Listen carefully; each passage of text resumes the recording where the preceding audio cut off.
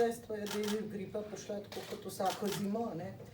Letos je ta izbruh, če smemo temu reči, prišel kakšen teden prej, kot je sicer običajno, bliža se verjetno vrhunec, ki bo nekje v roku 14 dni. Zaenkrat število primerov še narašča. Tako kot vedno so seveda kapacitete polno zasedene, urgentni blok in pa druge urgence so polne bolnikov, malo se podaljšujejo čakalne dobe zaradi tega, tako da mogoče kdo tudi malo zaradi tega ima kakšne težave ali pa se neprijetno počuti.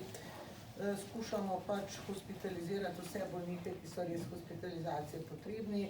Veste, da smo vzpostavili dodatni oddelek, tako kot vsako leto to naredimo. Če bo treba, bomo še nekoliko povečali število postelj na tem oddelku. Istočasno imamo tudi pojav večjega števila okužb z respiratornim sincicijskim virusom ali kot ga poznamo tako bolj v žargonu RSV virus, ki predvsem prizadene otroke, pa tudi starejše bolnike, ki imajo motnjo imunskega sistema, tam lahko zelo težko poteka. Tako da smo dejansko na vrhuncu, lahko rečem, ta hip letošnje pričakovane epidemije gripe.